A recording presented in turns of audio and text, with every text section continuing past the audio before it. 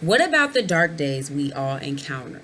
Nobody ever likes to talk about the things that we go through when we're just not feeling it, or when we're just in a low point in our lives. You always see the pictures of people's success, and you see that they got there, but you don't see how. Like, how did you do that? How did you get through all those dark days that you encountered?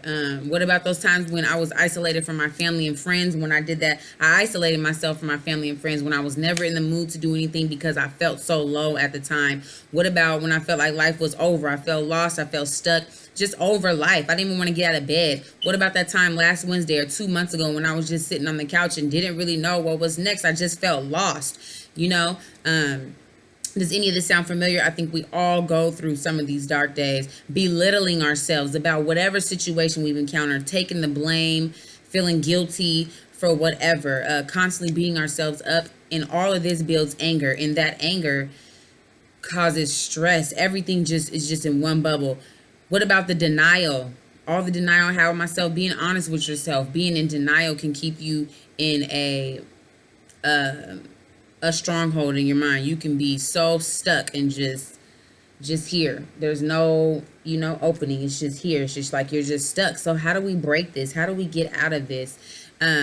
What about those days I was feeling irritable? I was stressing out. It's all real. It all happens. It's all normal. What's not normal is not being able to get out of these trances. Staying in that is what keeps you down. And it's easier said than done. But once you figure out how to get out of these dark days and these low days, and just mentally train your mind, that's when you take 2 or 3 steps closer to reaching that goal. And we will talk about, in part 2, we will talk about some steps to get out of these things that I just named.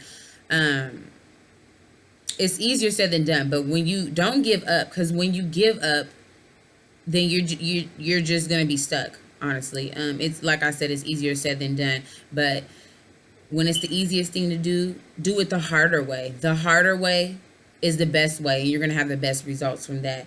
And when you do it the harder way and you don't give up, you're already on your way to being successful. You will be in one of those pictures that look like, oh my God, how did she do it? How did he do it?